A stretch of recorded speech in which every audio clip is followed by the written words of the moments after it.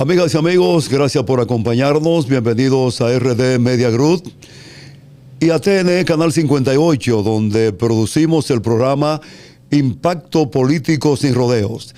En esta oportunidad vamos a conversar con un destacado médico pediatra de la República Dominicana, un ex diputado de la provincia de Espaillá.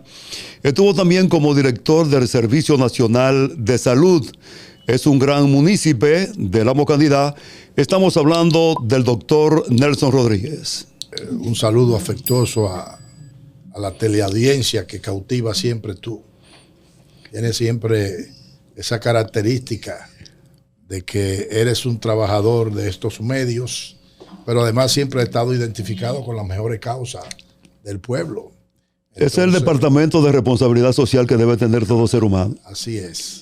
Doctor, qué bueno que lo tengamos por acá, porque vamos a hablar no solamente de política y de salud, sino también que vamos a conocer, porque estamos transmitiendo una plataforma nueva para República Dominicana y el mundo, como acabo de decir, y nos gustaría comenzar primero. El doctor Nelson Rodríguez, ¿dónde nace y cómo se desarrolla en su juventud? ¿En qué pueblo del país? Bienvenido. Pues mira, yo nací en un barrio de la capital que se llama San Carlos. Entonces, como tú sabrás, en ese momento San Carlos era el centro de la capital, porque estamos hablando de una capital que se extendía hasta la Máximo Gómez.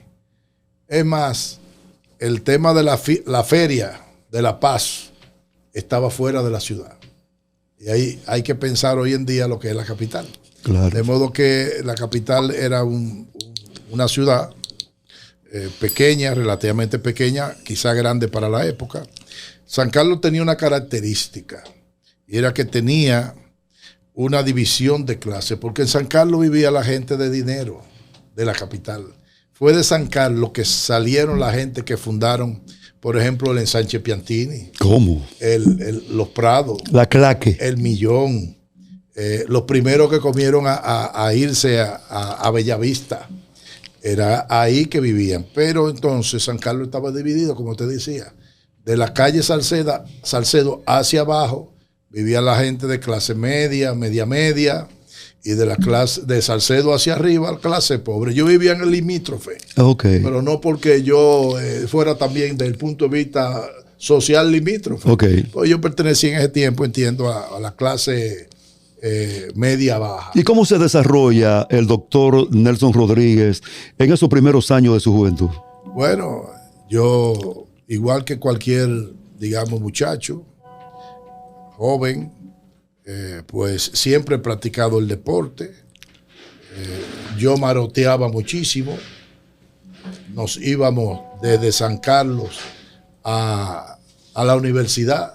Íbamos todo el trayecto de Gascue, pues cogiendo coco de esa matica de coco bajita que tenían esas casas por ahí, mangos, y nos soltaban los perros desde el También. Y entonces pues llegamos a la universidad, y en la universidad estaban concentrados sobre todo los cajuiles. Íbamos a pie de San Carlos allá y volvíamos. De modo que, como todo joven, ahora yo siempre estuve centrado en el tema de los estudios, aunque vivía en un barrio, pues incluso en los tiempos que en muchos sitios ni se mencionaba el tema de droga. Pues San Carlos fue uno de los primeros barrios donde comenzó a proliferar el uso de drogas, que comenzaron con el tema de la marihuana, posguerra, después del 65, llegaron a utilizar fármacos, combinaciones de el alcohol con algunos fármacos. Una ligazón. Por ejemplo, el jarabe para la tos, que tenían una sustancia adictiva que es la codeína, y que hoy en día solamente se receta bajo prescripción especial. Pues ese tigueraje de ahí mezclaban pues bebida alcohólica con ese tipo de sustancia para darse su pase, como dicen. Exacto. Es decir, yo nunca me involucré en eso porque se centró más en los estudios, como muy dice. pequeño, además los padres que tenía. Ok. Es decir, yo tenía horario, yo no podía llegar allá a mi casa de que después de las 8 de la noche. Eran 15 años, yo diría, cuando comencé a llegar a las 10. Okay. Pero había mucho control realmente.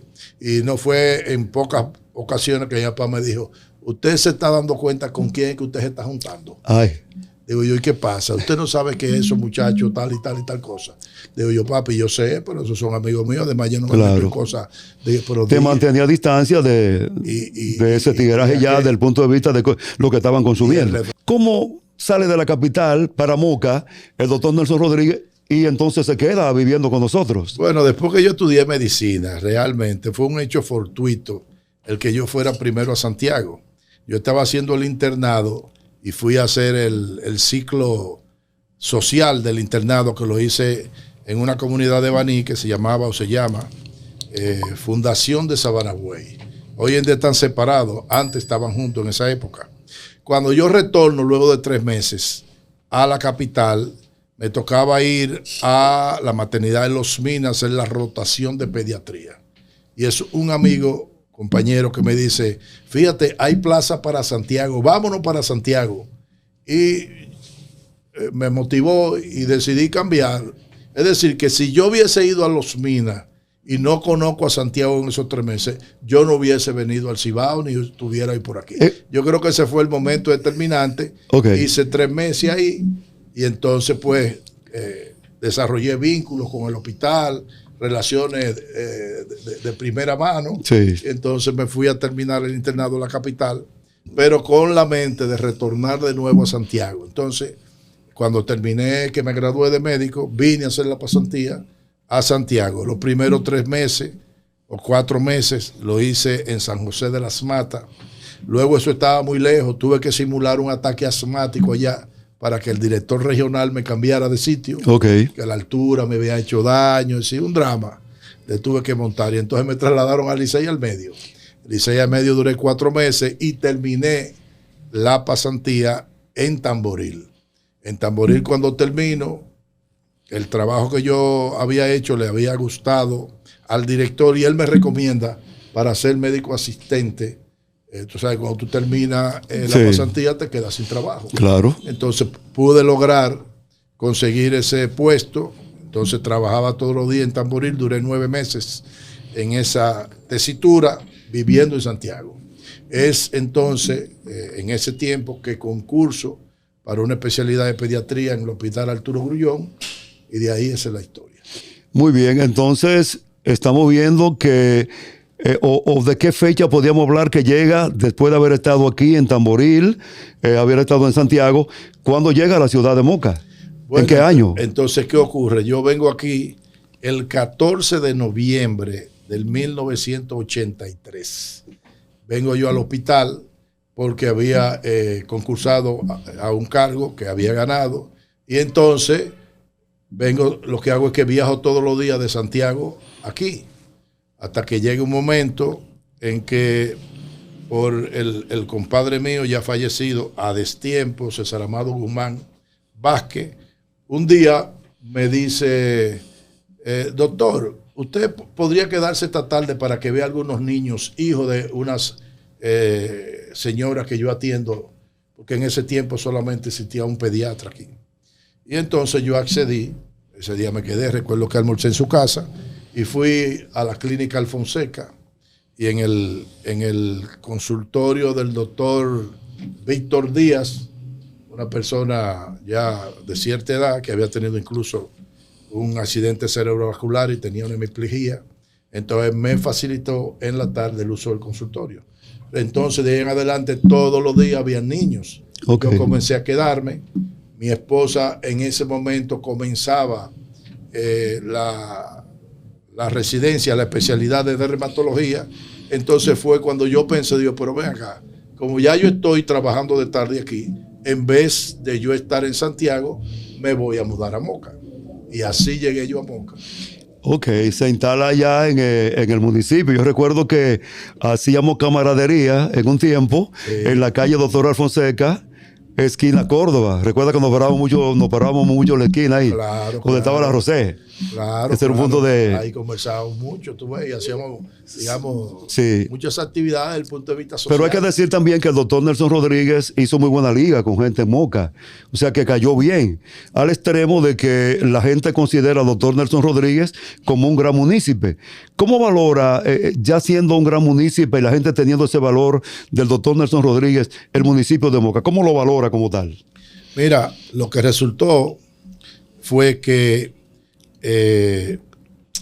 no todos los médicos cuando van a un pueblo se vinculan con la comunidad.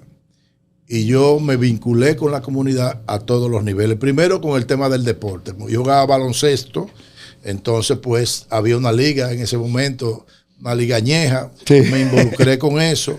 De ahí entonces, de esa liga añeja, es que surge lo que hoy tenemos como el basquetbol organizado superior de aquí. Sí. Pues de esa liga añeja. Del cual también fuiste directivo. Claro, claro. Por muchos años. Después de haber sido jugador.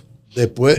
Como la Liga Añeja. Y jugaba. Y jugaba también. Bueno, entonces, de ahí también surgió el tema de que yo fui. Bueno, se formaron los 4 equipos fundamentales de aquí.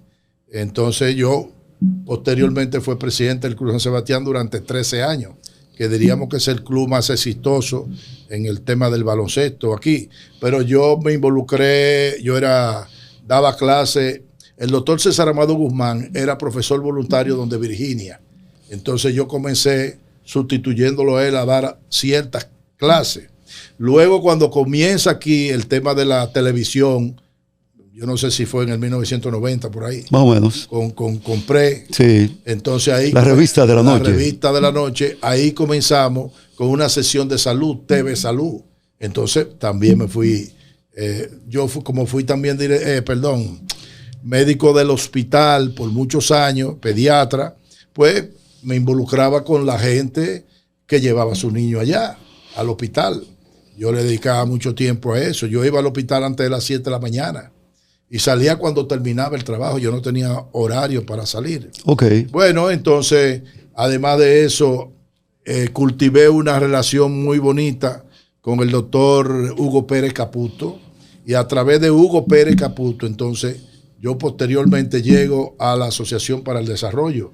Ahí duré muchos años siendo directivo de la asociación. Fundé aquí la Sociedad de Pediatría en aquellos tiempos. Fui director del hospital, fui director provincial de salud. Por ejemplo, cuando fui director del hospital, una de las cosas que me chocaba a mí era que el primer director de ese hospital, que duró, si mal no recuerdo, alrededor de unos 35 años siendo director de ese hospital y magnífico médico, el doctor Antonio Rojas, pues no había en el hospital absolutamente nada identificado con él. Y entonces ahí hicimos el salón de conferencia y le pusimos el nombre del doctor Antonio Rojas.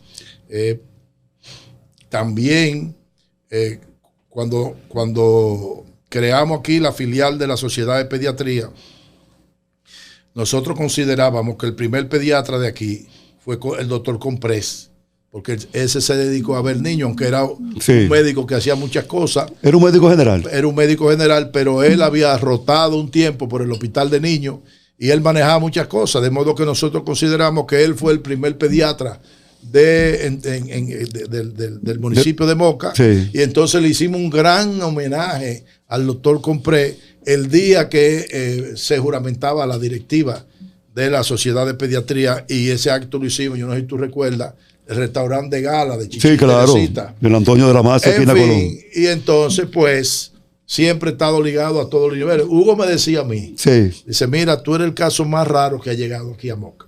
Digo, ¿y por qué? Porque tú eres una persona que te aceptan en todos los niveles, abajo, en el medio, arriba, sin generar ningún tipo de roncha. Estamos hablando, y qué bueno que esta plataforma lo ha invitado para compartir precisamente esta importante entrevista. Y así vemos cómo va desglosando y se está desahogando en base a lo que ha sido como persona desde que se crió en la capital dominicana en San Carlos y también cuando llega a Moca y pasa de la capital al Cibao. Le preguntaba, ¿qué valoración tiene del municipio de Moca como tal? Bueno, pero yo te voy a decir una cosa.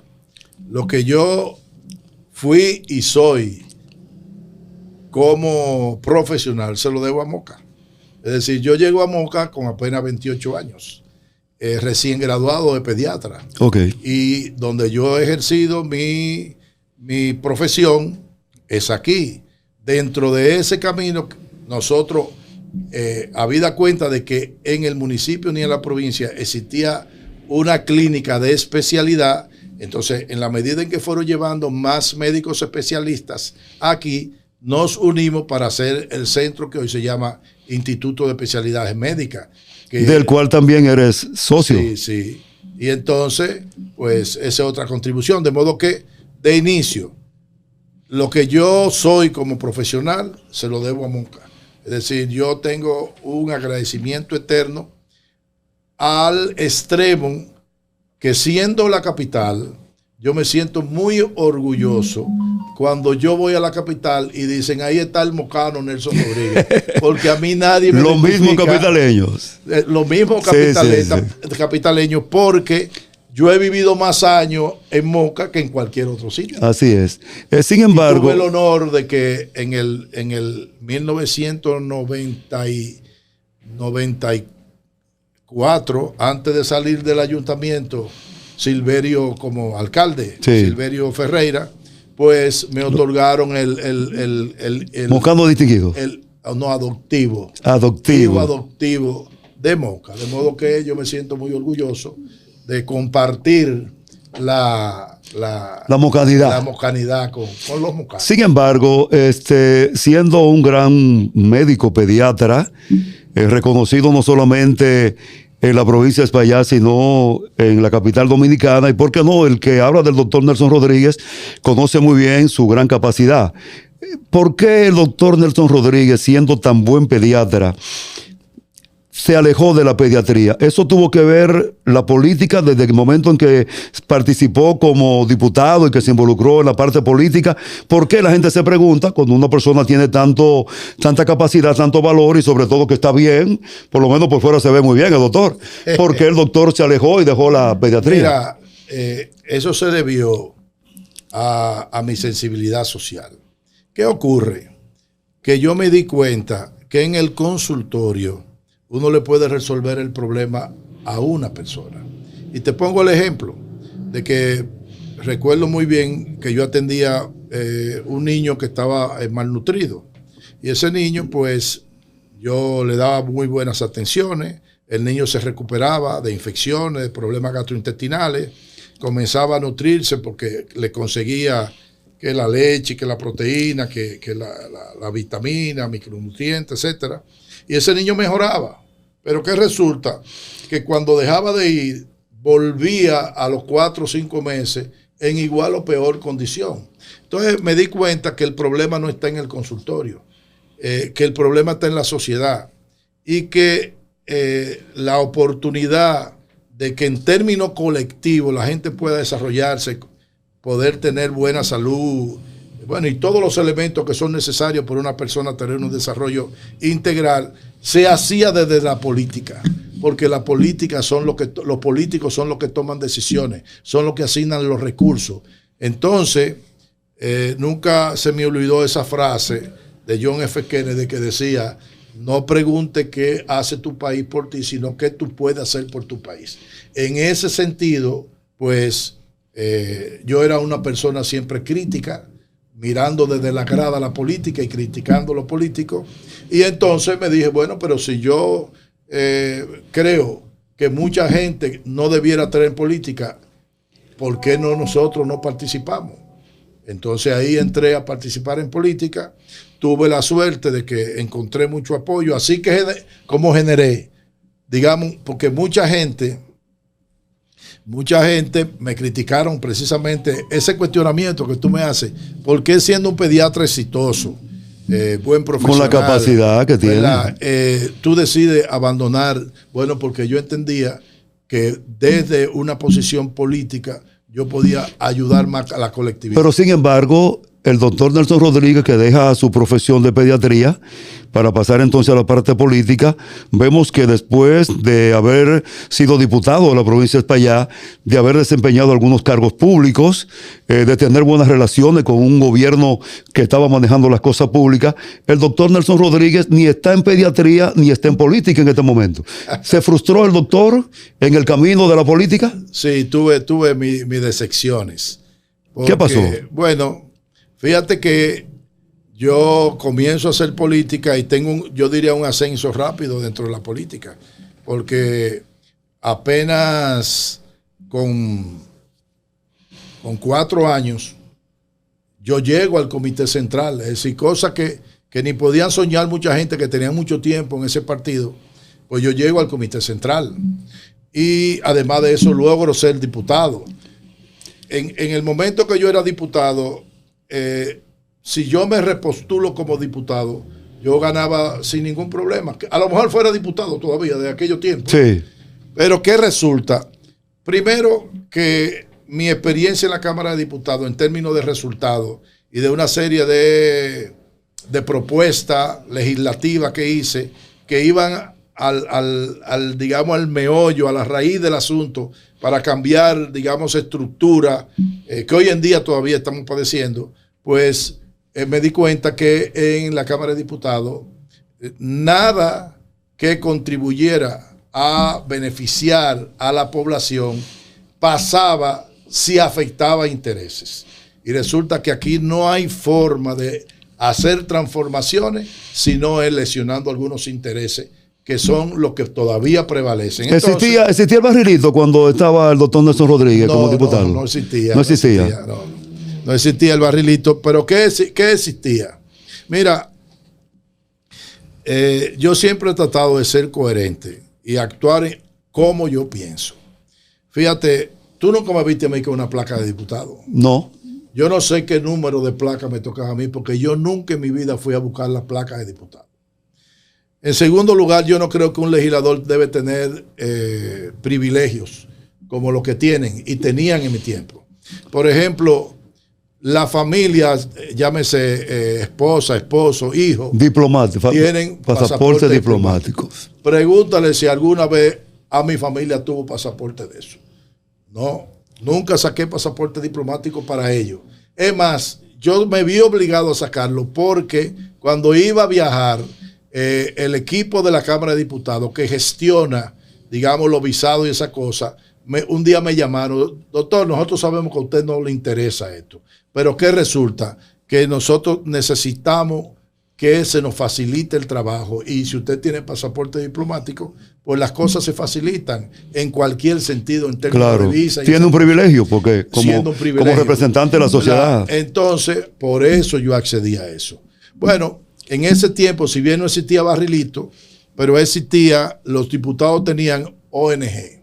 Y a esa ONG se le asignaban 100,000 pesos mensuales. Como yo nunca he creído en eso, ¿qué fue lo que yo hice? Primero, yo no lo aceptaba. Hasta que una vez me convencieron otros diputados, me dijeron: Nelson, pero si tú no lo coges, lo van a coger otro. Lo van a repartir en otra cosa. Entonces, ¿qué yo hice? Cogí los 100,000 pesos y conversé en ese tiempo yo todavía estaba en la Asociación para el Desarrollo. Y la Asociación para el Desarrollo de la provincia de Espaillá colaboraba con una asociación incipiente que era la Asociación para el Desarrollo de Gaspar Hernández.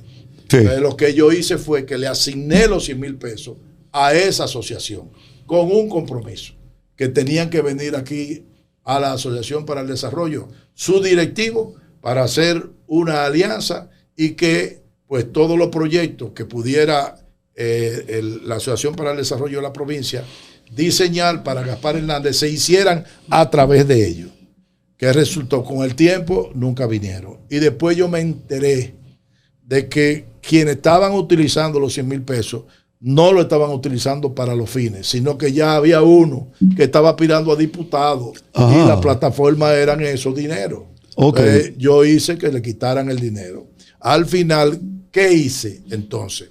Bueno, yo contraté en Gaspar Hernández una escuela de informática y entonces le pagaba la matrícula a los que quisieran estudiar informática y además inglés, incluso en Jobarriba también. Okay. Y por ejemplo en Jamao al Norte le pagaba la matriculación a adultos que querían terminar el bachillerato y esas cosas. Okay. De modo que ahí terminé yo invirtiendo ese dinero hasta que salí. Ok, ¿Y qué pasó tan grande que después de haber participado en política, de haber dejado la pediatría, en el año 2019 el doctor Nelson Rodríguez decide renunciar del Partido de la Liberación Dominicana PLD? ¿Qué tan grande pasó? Bueno, lo que ocurrió, mira, fue, yo era muy visto dentro del partido. Tú sabes que al que quiere hacer la cosa bien le dicen roca izquierda. Sí. Es un tipo roca izquierda, malo de bañar. Pues siempre están considerados así, roca izquierda. ¿Por qué? Porque quiero que las cosas se hagan bien y las cosas que yo hago las trato de hacer bien. Entonces yo era uno de los principales críticos a lo interno del partido y del gobierno. Al extremo que yo siendo funcionario, recuerda que antes de después de diputado, yo fui subsecretario de salud por 10 años. Sí. Y después terminé en el Servicio Nacional de Salud. Entonces, cuando yo iba a algún programa que me entrevistaban, entonces pues yo decía muchas cosas como le entendía. Al extremo de que algunos entrevistadores me decían, pero usted no quiere mucho ese carguito. Y entonces yo siempre fui muy crítico. Entonces resulta que yo tuve una desavenencia con el presidente tuvo una desavenencia conmigo, porque muchas veces he explicado, no, porque Nelson renunció. Estamos hablando del presidente Danilo Medina. Sí, porque Nelson renunció porque sabía que lo iban a votar.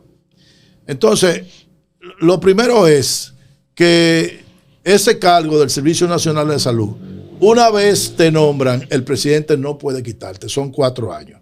De modo que el presidente no me podía quitar, legalmente no podía quitar. Y tú querías irte ya. No, entonces, ¿qué resulta? ¿Por qué vino el problema si yo era uno de los funcionarios, digamos, más reconocidos por el propio presidente? El tema de la reelección, de la segunda repostulación y del intento de modificación de la Constitución. ¿Qué resulta? Que yo había hablado con él en la transición del 16, él y yo solo habíamos hablado. Y yo le dije de que él tenía ya había ganado, ¿verdad? La repostulación. Que él tenía una gran oportunidad de hacer las transformaciones que el país demandaba, porque él no iba a ser presidente más. Incluso él me ratificó eso y no, siempre recuerdo la palabra que me dijo. Yo conozco muy bien los daños que le ha hecho a el país, los intentos de repostulación indefinida. Bueno, pues estamos de acuerdo. Sí. Yo también recuerdo como en el 17, sí, a finales del 17, una reunión con todos los funcionarios de primer nivel, donde ya se venía hablando del tema de otra nueva repostulación y cambio constitucional, porque tú sabes que los presidentes todos tienen un entorno que no es que quieren que se reelige el presidente. Los agulones. Exactamente, no es que se ríe el presidente, sí, no sí. reelegirse ellos. Ellos le cogen cariño al puesto y quieren seguir. Los cargos. Bueno, la cuestión que él hizo una reunión desestimulando precisamente actividades pro reelección que tenían algunos funcionarios y le dijo que se preocuparan de seguir haciendo el trabajo, de dar a conocer lo que se estaba haciendo, que era mucho, y que no estén hablando de esa cuestión de repostulación. Bueno, resulta que a 3 o 4 meses de eso, él parece que cambió de opinión. O lo hicieron cambiar de opinión. ¿Verdad? Entonces, cuando él comienza a reestructurar los equipos para trabajar eso, aparte de la gestión legislativa para modificar la Constitución, pero comienza a reunirse con los diferentes equipos de los diferentes provincias y municipios. ¿Qué resulta? Que el tema de conversación soy yo. Cuando van a donde el presidente, lo que le piden es que a mí hay que sacarme de ahí porque yo no resuelvo. ¿Y qué es resolver? Tú dirías, bueno, en el mejor sentido, bueno, que tú un mal funcionario, que este tipo no está haciendo lo que hay que hacer. No da botella. El tema era que iban allá, cada quien con los paquetes de folder de sus familiares, de sus amigos, de sus relacionados. Para buscando nombramiento para no trabajar. Bien, entonces, ¿qué resulta? Yo nunca nombré a nadie de eso. Es más, yo iba más lejos, que a veces quizá pecaba de ¿cómo se llama? De irreverente. Sí. Porque tú sabes, los presidentes van a diferentes comunidades y ahí le entregan sobres, solicitudes de empleo. Claro. Y lo que hacen los presidentes es que a cada funcionario le mandan eso para ver las posibilidades. Bueno, entonces, si tú recuerdas, yo instituí que los nombramientos eran por concurso. Incluso los nombramientos de directores de hospitales y de administradores de hospitales, por primera vez en la vida, se hacían por concurso. Entonces, ¿qué resulta? Eso es una regla ya del director. En este caso tuyo. Claro, porque yo creo en el fortalecimiento institucional, no creo en los privilegios. Yo no creo que, por ejemplo, cuando yo fui director del hospital, yo tuve problemas con el partido. ¿Por qué? Porque ellos entendían como que el hospital era un comité de base del partido y yo nunca acepté eso. Okay. Es más, en una ocasión me llama el secretario de Salud Pública diciéndome, mira, ahí al lado en la habitación tengo yo el comité de dirección del municipio de Moca que viene a pedir tu cancelación. Digo yo, sí, ellos quieren que me cancelen por esto y por esto. Pero, doctor, le digo, si usted quiere, hágalo, porque a lo mejor me hace un favor. A lo mejor usted me hace un favor. Y no me va a doblar mi pensar. Entonces, al final me quedé. Entonces, lo que te quiero decir es, para llegar al final del tema de mi renuncia, sí, es que yo iba al Palacio sin cita y le decía a Marta, la asistente, me hace el favor de informar al presidente que yo estoy aquí, que en cualquier momento quiero hablar con él. Yo entraba a los 10 minutos. Ok. Pero llegó un momento, producto de esa situación. Los intereses ya. ¿Verdad? Sí, reeleccionista. De que yo iba y no podía hablar. Cuando inaugurábamos un hospital o algo, yo estoy al lado de él y le decía que quería hablar con él. Y él me decía, hable con Marta. Y Marta no. Te estaba bloqueando. Entonces, hay un problema. Hasta que un compañero, amigo, que participaba en esas reuniones, me dijo, Nelson, pero tú no sabes lo que está pasando. Que todo el que viene ahí lo que quiere es que te cancelen. Entonces yo entendí. Antes de. Que él no me podía quitar. Ok. Pero que resulta me puso. Claro. Y si usted quiere quitarme, pues yo le facilito eso. Claro, claro. No hay que pelear por eso. Hoy tú vas a tener un puesto en contra de la voluntad del presidente. Del presidente, claro que no. Entonces yo llamé a Montalvo y le expliqué lo que yo entendía que estaba pasando. Él, en cierta forma, sintió. Y yo le dije, esta tarde te mando la renuncia. Muy bien. Doctor, ya vamos a hablar un poquito ahora de la situación de salud de la República Dominicana. Usted, como estuvo en el Sistema Nacional de Salud, conoce muy bien cómo se menea la situación sanitaria en la República Dominicana. ¿El presupuesto que tiene salud pública es lo suficiente para poder resolver los problemas de salud que tiene el país en este momento? Y sobre todo, ¿cómo usted valora el trabajo de salud pública con respecto a lo que es la llegada de este nuevo gobierno? Mira, no es suficiente. Hoy en día, lo que recomienda la Organización Mundial de la Salud es que la inversión en salud ande por el orden del 8% del PIB. Del Producto Interno Bruto. Del Producto Interno Bruto. La media en Latinoamérica anda por el 4%.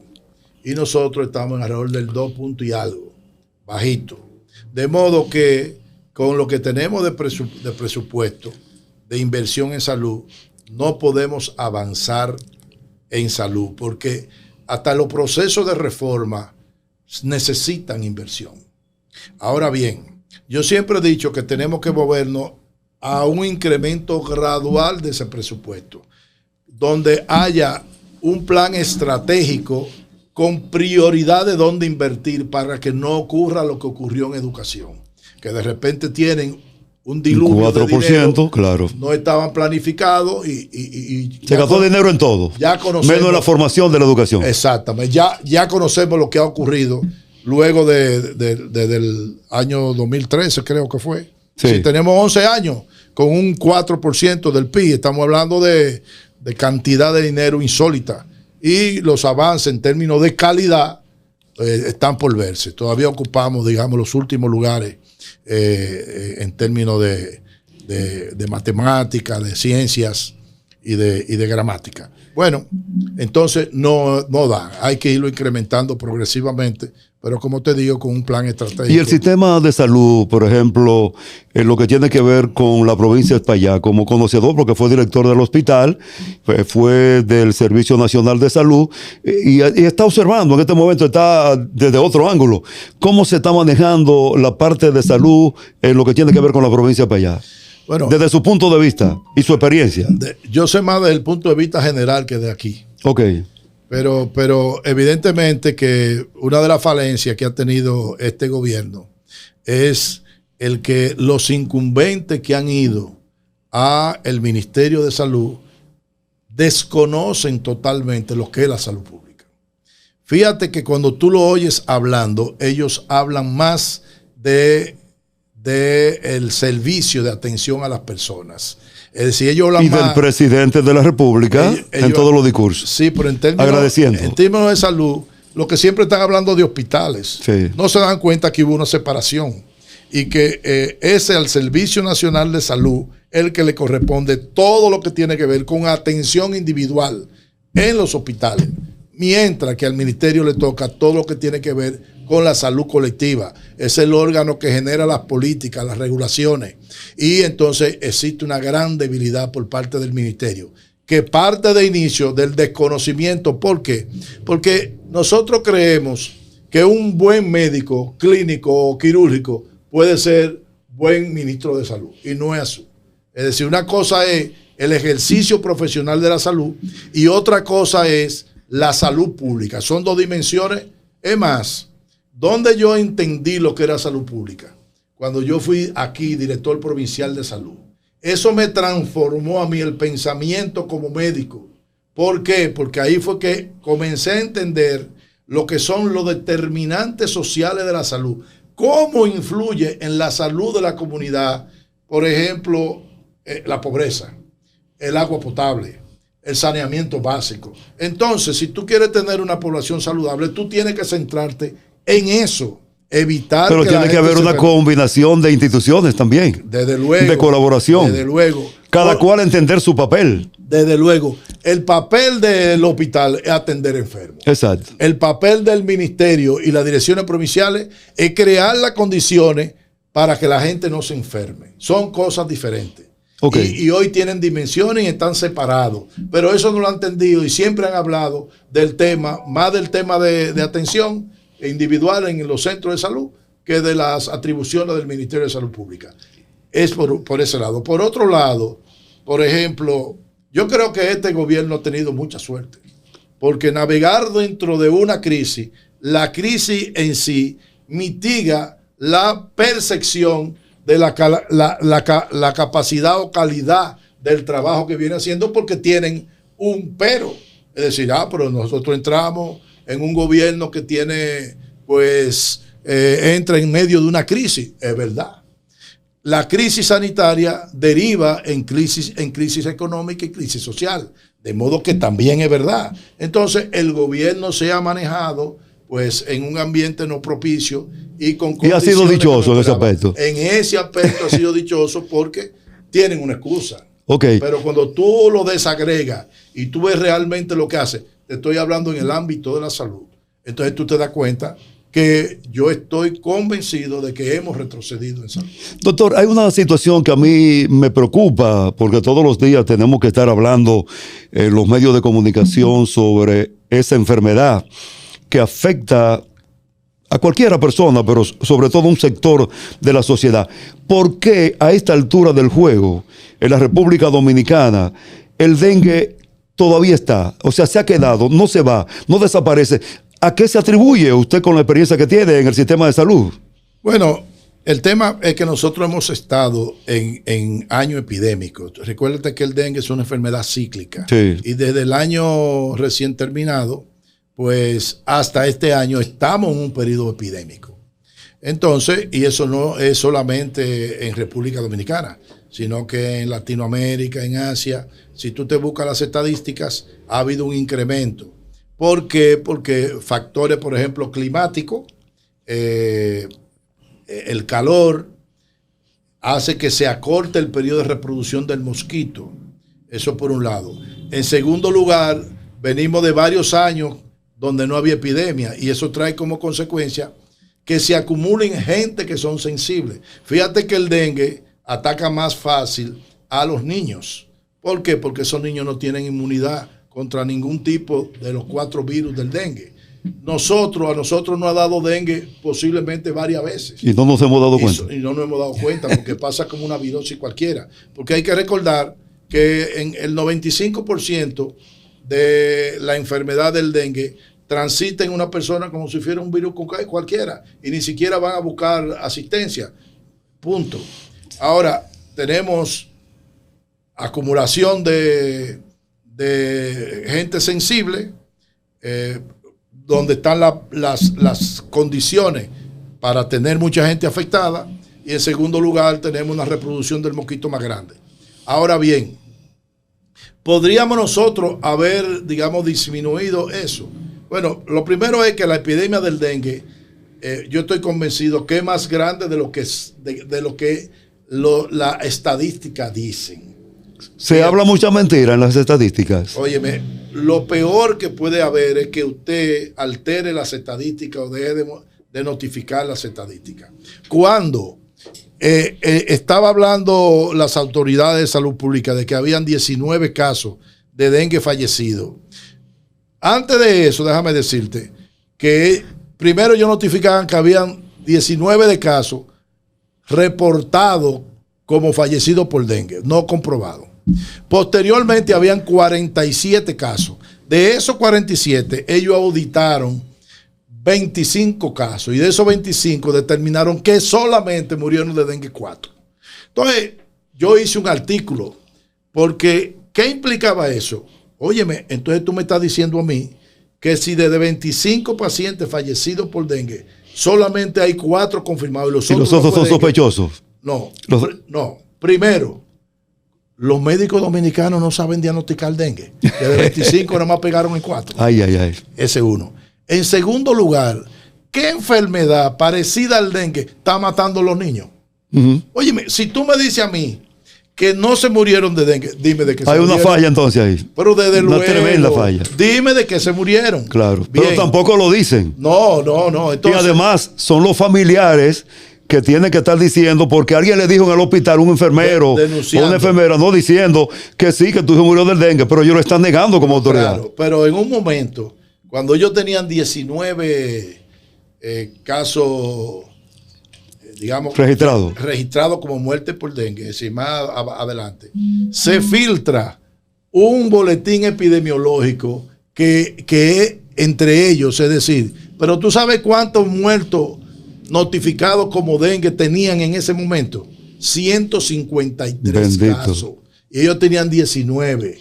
¿Ves? Entonces eso se armó un escándalo, yo no sé si tú recuerdas. Y después, primero dijeron que desconocían la fuente de eso. Y después... que era falsa. Y después salieron que esos eran unos datos crudos, que no habían sido depurados. Exactamente. Es decir, una cosa... Igual pasó con el cólera.